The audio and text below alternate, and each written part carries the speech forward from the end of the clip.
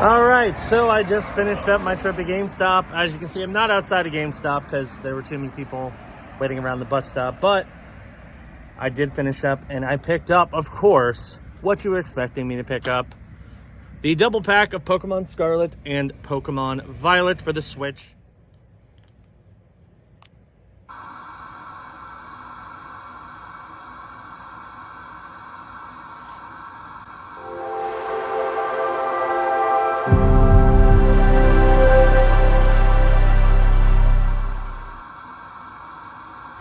So as you can see, I'm actually out and about.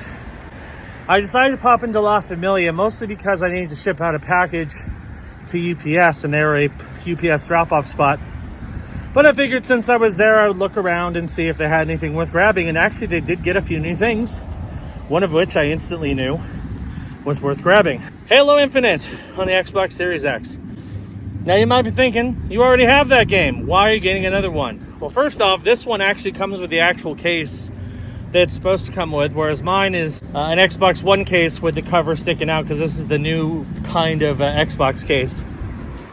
But also it trades into GameStop for 17 bucks space. And of course they're doing a number of trade-in promotions right now. So I'm gonna add it to my trade-in pile along with my extra copy of Persona 5 Strikers, which I got a couple weeks ago, and 2 games which we haven't seen yet. And with those, I should be able to pay off my pre-order Pokemon and have some extra credits. So, pretty happy with that. Of course, you know, I'm not one to stop on picking up a game that's underpriced if I can get it. So, even though I wasn't really planning on buying anything today, I figured might as well grab it. So, Halo Infinite, 11 bucks at La Familia. So, I'm back, of course, and this is actually a few days after I picked up Halo Infinite. And I wanted to go over some of my more recent pickups. Mostly from GameStop, although one was from Amazon. And you probably have already seen videos regarding some of these products. This is going to be kind of a slower week when it comes to game hunting, mostly because a lot of kind of expensive stuff is coming out or has come out. So I'm kind of focusing on that stuff, and eventually, of course, we'll get back to classic game hunting. But for now, I got a lot of expensive, nice things to play with. So we're going to start off with, of course, a pickup I got from Amazon. Hopefully you've already seen this video, but if not, it's pretty cool. I've been waiting for this for a while, and it took way longer than it should have to come in, but it finally did come in. And that, of course, is the Trinity Masquerade edition of Bayonetta 3 on the Switch. Now, if you don't know, this is a special edition. It comes with a really nice looking art book, alternate cover arts for all of the Bayonetta games, of course, as well as Bayonetta 3, including sealed cases with alternate cover art for Bayonetta 1 and 2, which is pretty dope. If you want a full look at all the contents of that edition, be sure to check out my unboxing video. I've been doing a lot of unboxing videos of these like special edition items that I've been getting lately. So definitely check that out if you are interested in seeing the contents within. So that's pretty awesome. Now we're going to go to GameStop, and both of these were pretty solid pickups for sure. And this is another one that I did an unboxing video for, so check it out if you have not already. We have the God of War Ragnarok DualSense controller for the PS5. I already, again, showed this off for an unboxing, but here's the design. It says God of War Ragnarok on the back. It's a pretty nice controller. Of course, it's a DualSense, so you know it's going to play well. It's nice. I mean, it was an expensive controller, but it's the first limited edition DualSense to come out. And I do enjoy God of War, so I figured, you know what, it's probably worth grabbing. So now I have a limited edition DualSense to go with my 2 regular DualSense and all of my limited edition Xbox controllers. So yeah, I'm a little bit of a sucker for limited edition controllers, sue me. But this one was a deal that was too good not to pass up. So every now and again, the websites of various retailers will glitch out and do a price error. Now, I've already said this many times, and I'll say it again. There are a few different social media platforms and people that you want to follow in order to catch these price errors as they happen. One of which he's a really good guy. He's actually a friend of mine. I wish he uploaded more, but you know, it is what it is. Cincy Game Hunting actually was the first to break this story. GameStop had Stranger in Paradise Final Fantasy Origin on the Xbox Series X listed at $10 for a brand new sealed copy. And that's pretty impressive. Now, I'm sure you noticed that I have this game on PS5. And I genuinely did think about just switching to this one, but I think it makes more sense to play that game on PS5, so I think I'm going to stick with the PS5 version. But what's really dope is this game trades into GameStop for $27. And that's before any bonuses, and right now they are doing a few different bonuses involving trade-ins, so I'm going to get a lot more for that. In fact, it was such a nice deal that I got another one. So I have 2 copies of Final Fantasy Origin that I'm going to trade into GameStop. That's going to give me over $60 in trading credit, which happens to be basically what I need in order to full pay my copy of Pokemon Scarlet and Violet double pack. And that's coming out later this week. So that's pretty awesome. So I'm essentially going to be getting that for free because I pay for it entirely with trading credit and mostly profits. So pretty fantastic. Of course, I also have a couple more games I'm going to trade in, including the Halo Infinite. I also have like $20 in reward credit that I can use. I have all kinds of stuff with GameStop that I can use right now. So that game is absolutely going to be free. And then I might even have some leftover credit that I can put towards something else. So yeah, got an awesome limited edition of Bayonetta. I got my God of War controller and got 2 copies of Stranger in Paradise that I'm going to trade in GameStop for a nice, juicy profit. Can't go wrong there. Anyway, let's continue and see what else I pick up throughout the week. Alright, so it is another day and I have another score, and this is one that, again, thanks GameStop for a pricing error. So early Sunday morning, and apparently Sunday seems to be a day where you'll often find pricing errors, so keep an eye on Twitter, keep an eye on Cheap Ass Gamer, Wario64, and Cincy Game Hunting if you want to find out when pricing errors happen as soon as possible. But yeah, there seems to be some pricing errors that typically happen at the beginning of a new week. And one of which I decided to take advantage of because I was mostly just baffled that this game was already on sale. And it was not intentional, because this game literally came out 5 days ago. And it was a pretty severe discount, so I had to jump on it. I was planning on getting it anyway, but now I have a nice version of it, so sure. Sonic Frontiers on the PlayStation 5. Yeah, this game came out less than a week ago. And GameStop had it for $39 on their website. Now, clearly this was a glitch because it was only a couple versions of it, and it sold out pretty quickly and then went back up to the normal price. So clearly it was not intended to be on sale, but still, Sonic Frontiers for $40 when this game came out less than a week ago, that's pretty fantastic. So I have Sonic Frontiers now, and they only had the PlayStation versions and the Switch version on sale. So I figured if I'm going to play it, I'd rather play it on PS5 of all those platforms, so I got it on PS5. So yeah, another game to add to the collection, but we are not done because, of course, we got the headliner of the week coming up, and that one's going to be real exciting, so stay tuned. It's now time to head to GameStop to pick up Pokemon and maybe some other stuff. Let's go. All right, so I just finished up my trip at GameStop. As you can see, I'm not outside of GameStop because there were too many people waiting around the bus stop, but I did finish up and I picked up, of course, what you were expecting me to pick up. The double pack of Pokemon Scarlet and Pokemon Violet for the Switch. I'm very excited to play these. I know they have performance issues. I'm well aware, but it's a new Pokemon game and I'm always excited to play a new Pokemon game, so that should be fun. I also got, as a pre-order of the double pack, a pin set that includes the 2 legendaries, Koraidon and Miraidon. So that's pretty awesome. And then while I was in there, I decided to do a little look around, and I did pick up a few extra Christmas presents because I'm trying to actually be finished with my Christmas shopping fairly early. I've already finished my 2 brothers. I still got a few more people left to get stuff for, but I've progressed pretty far in terms of my Christmas shopping. But while I was at GameStop, I decided to look around and see if they had any of the Black Friday products that were on sale. And of course, next week is the big Black Friday video, so you'll see a lot more Black Friday content then. But I did find a game that was priced for basically half at Best Buy that GameStop happened to have a copy of, so I figured I would grab it. And that is Persona 5 Royal on the Switch. Yes, I have purchased Persona 5 Royal for the third time. I am a sucker, I freely admit. But here's the thing. This version of Persona 5 Royal, not only is it on the Switch, and apparently it runs very well on the Switch, but it also includes all of the DLC, which the PS5 version or PS4 version that I have does not. So I figured, you know what? Now, if I want to play Persona 5, I can play the home console version on my PS4/PS5. Granted, it's not the PS5 version, but still.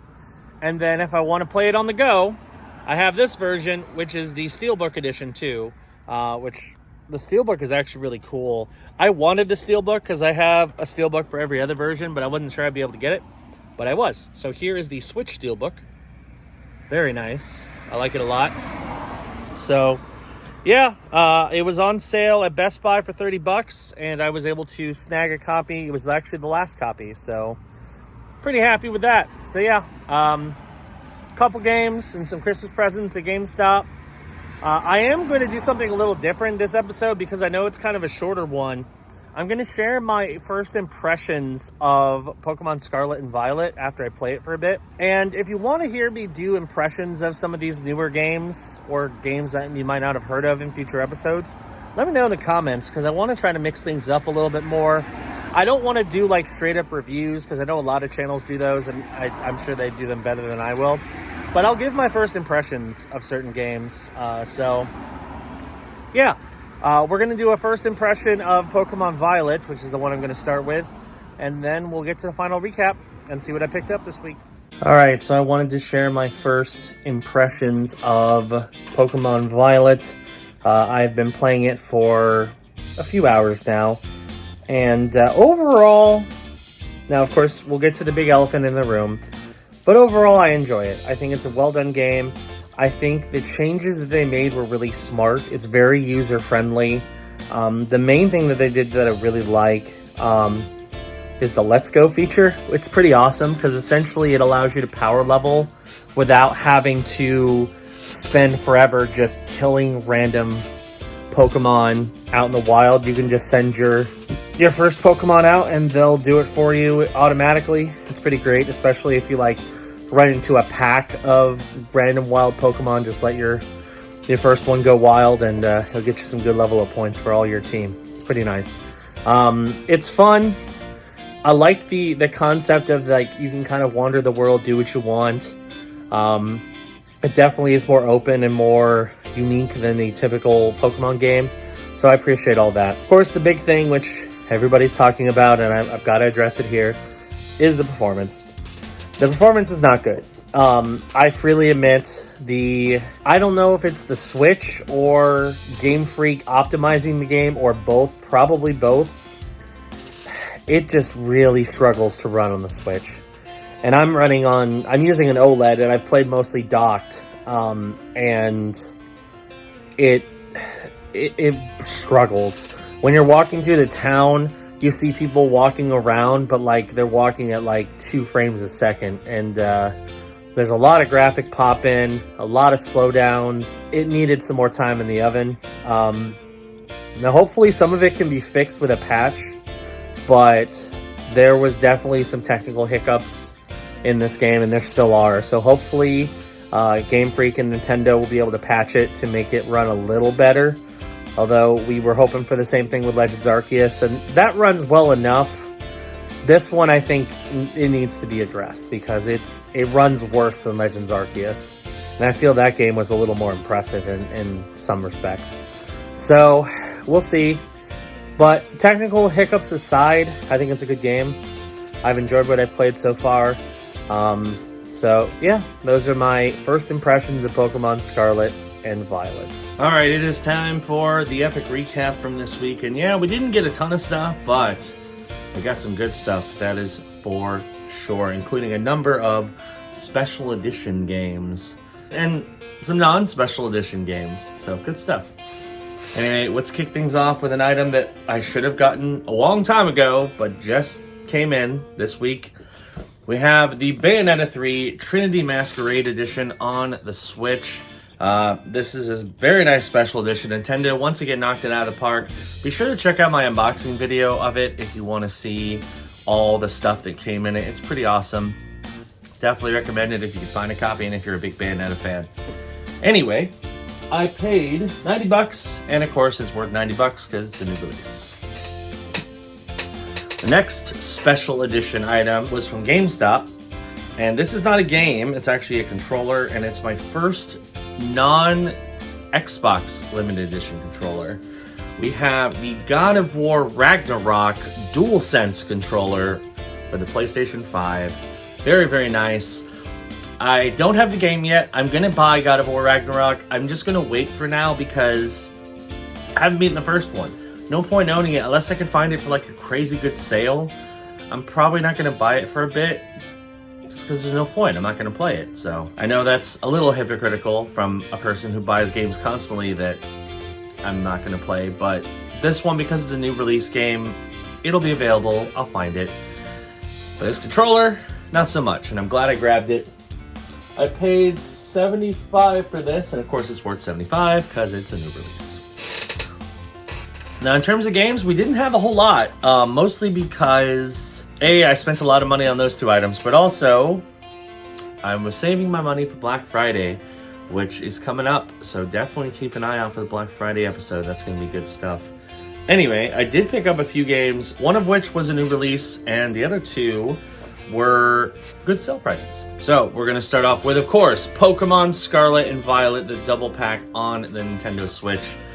Now, as of the time of this recording, I actually beat Pokemon Violet. I really enjoyed it. I honestly think it's probably my favorite Pokemon game that I've played. It just has so many performance problems. That's the only thing holding it back. If it didn't have all the glitches, the bugs, and the performance issues, it would easily be the best Pokemon game.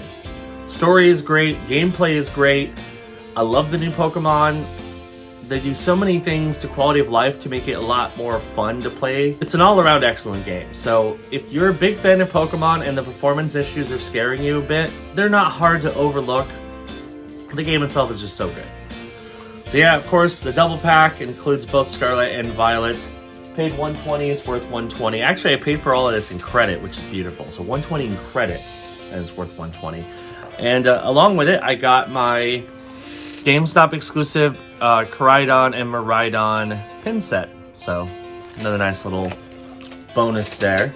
Also from GameStop, I got a couple games that were on sale. One of which was a early Black Friday deal, and one of which I caught GameStop slipping. Although what's funny about it is it did go on sale for Black Friday for a slightly better price, but I'm still pretty content with how cheap I got this game, considering it came out like a week ago. Sonic Frontiers on the PS5. This came out literally, I think, 5 days before I picked it up, and I got it for $39 because of a GameStop pricing here. I'm guessing it was like testing their Black Friday price, and they accidentally just released it early, so I snagged it. Paid $39, and it is worth $54. So basically paid $40, worth $54. Solid return on investment there. Last but certainly not least, a game that I absolutely did not need to buy again. I did because it was on sale for early Black Friday and because it has all the DLC. Now, and it does kind of continue a collection I have, I guess.